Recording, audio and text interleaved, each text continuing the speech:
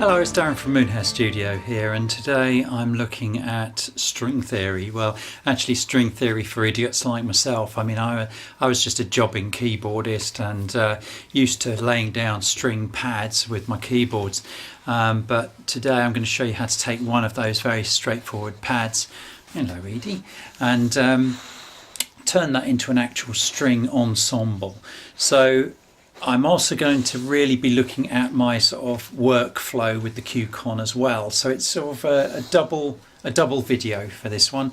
So hope you enjoy it, and I'll see you at the other end.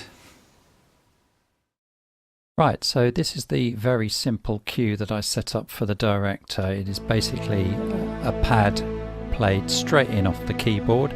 I'm going to hit F5, which is my toggle MIDI editor button, and you can see that there are some lines here that could potentially be different parts of the string section.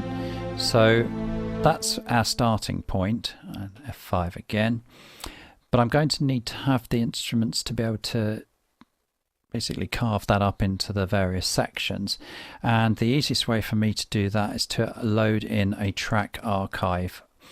I covered that in my previous video. I've got one set up for Spitfire chamber strings core, and I can select whatever instruments I want. I want them all, but I don't need the ensemble because that's already there.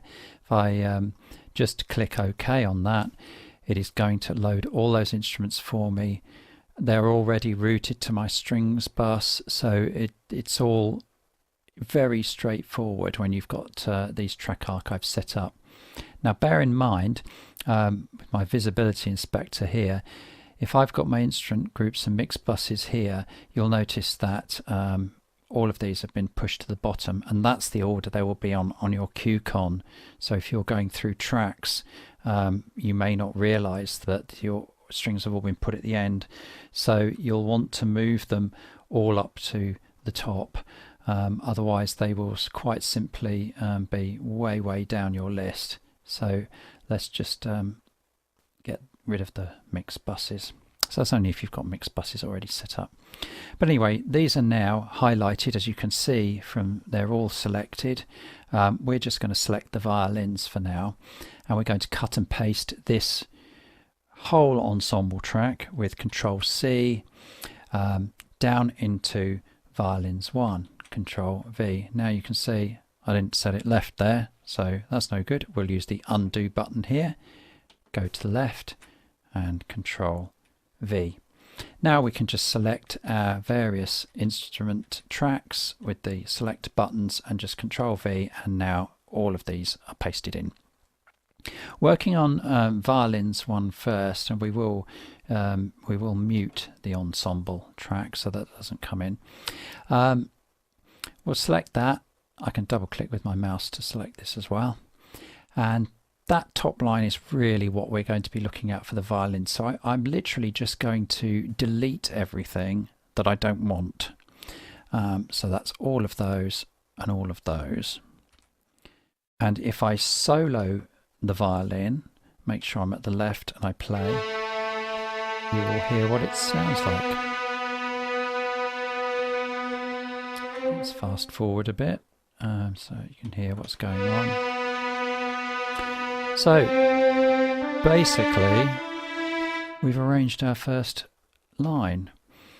So I'll now go back to the main screen.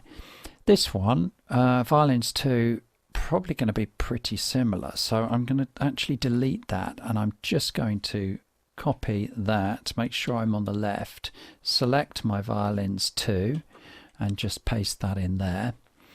Now if we solo those two and play, it's pretty boring. It's a unison line, but it is the two violin sections which are separate. Let's open this up and see what we've got in here. And in fact, this second section starts to ascend. I'm going to do one of the oldest tricks in the book, and I'm just going to use my F6 key to knock it up an octave. I've programmed that in previously, but you can do it with keyboard shortcuts as well. And so if we just fast forward to here, you will see it go from unison to the octaves.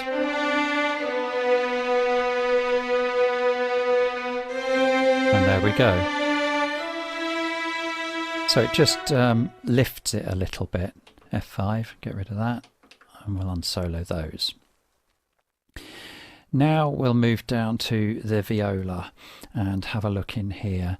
Now this is going to be slightly different. We obviously don't want that top violin line, so we need to start carving those out. Get rid of those, anything there, because we certainly don't need them. So that's that. Also, we don't need any of this bass stuff, so we'll get rid of that. And that can go, and probably these notes here, we don't need them either. I mean, that looks to me like it should be okay. We'll solo up the 3 instruments and just have a listen. And that's starting to come together. I mean, that's very straightforward. So I've got an F7 key which turns off all my solos, so we do that. Now we'll select the cellos and we'll have a quick look at what's going on here. Now again, we don't need any of this top stuff which we used for Violins 1, so we will get rid of all of that up the top there. They could be doing these bass lines in octaves with the bass, but that's quite a boring line down there. So I think I'm going to leave them using the viola line, actually double up on the viola. Maybe where the viola goes up here, we'll get rid of that, and it'll just take that line there, and then that bottom line there wasn't used by the viola either, so let's get rid of these and delete all the bass stuff. And let's go back to our main screen. If I go to the right marker and just scrub wheel back a bit, because this is where I really want to be listening to these sections from, to hear how they're blending, I will add a marker there, and then I can always use that to go back to that point every time. Now I'm going to solo up those 4 instruments and we'll have a listen and see what's going on.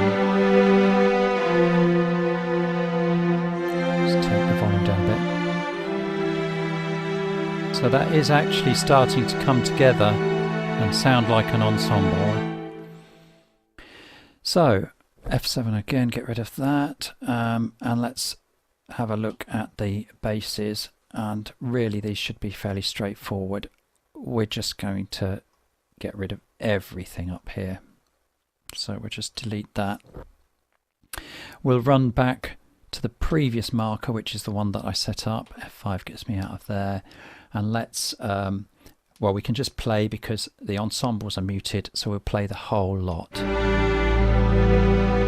And you know, that's really coming together. So you can see how very quickly you can build up an ensemble from just a single patch. So now if I highlight all of these